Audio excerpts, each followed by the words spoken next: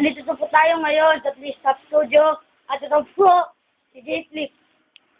Capital J.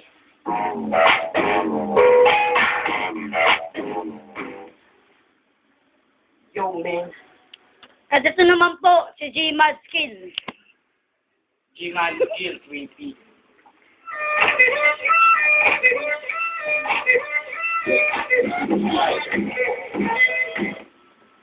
Yo. Ang unang babanat po daw kay J Mad Skill ay si J Flip.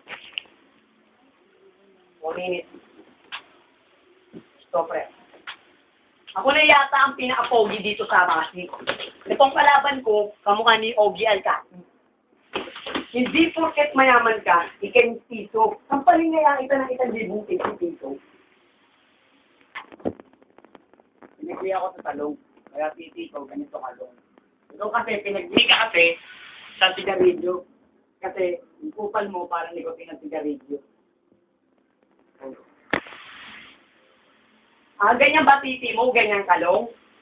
Pre, sabihin ko sa'yo, baka kapag pinutol ko yan, maging kamukha mo si Peter Ong. Hindi ko lang nalaman, mayroon ka pala sa makaba. Pinaglaro kayo ng tito, hindi siya makababa. Ano ulit pangalan mo? G-Mad Skills? Yan lang ko. Huwag kang shakanta. Pare ako, hindi ako tanga. Alalahanin mo aking mga tira. Kasi ang pagmumukha mong yan, kung inang-ina.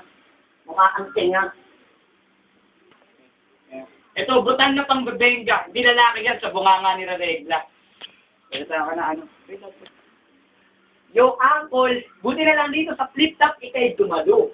Pag niregla o kapit, bibig mo ang pansala. Uncle, di ba wala kang balls? Tangina kung magkataon na, kasi naka lang yun ang balls. Tangina, akala ko ikaw ay boy. Kahit bayaran mo, rado sa akin, palis ka sa akin, boy. Kaya ikang lapas tanganin kahit sa wikang Espanyol.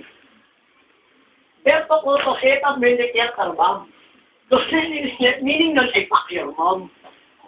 Itong dalawang tutigahan ka nang galing para matatamis ang utak nila at pagkakagaba. Kaya para sa akin, tablaan laban nila.